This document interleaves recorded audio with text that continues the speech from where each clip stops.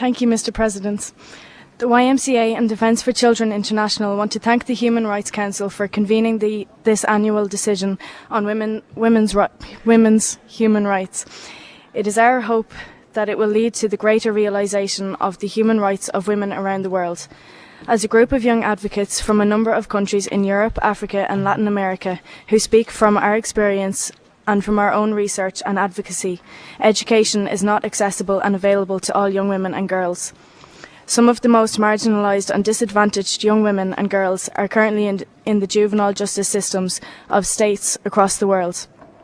We believe that a key challenge to the empowerment of young women through education is to fully implement international standards on juvenile justice, such as the Convention on the Rights of the Child and this Council's Resolution 10.2. Detention and imprisonment has an enormous impact on the education of a young woman at a crucial time. International law is clear that detention should only be used as a last resort for children and young people.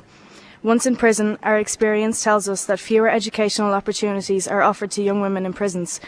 Girls and young women are often detained with adults in police stations, and prisons are also highly vulnerable to rape and sexual assaults. Resolution 10.2 states we need to provide education and rehabilitation programs to people on release. Education is a key way to help former young prisoners reintegrate into society, yet these opportunities are often being denied to young women. If the right to education is so crucial to supporting women to the full realisation of their human rights, then all women, even the most marginalised and neglected, those in prison, must be afforded this right to help them take their equal place in society.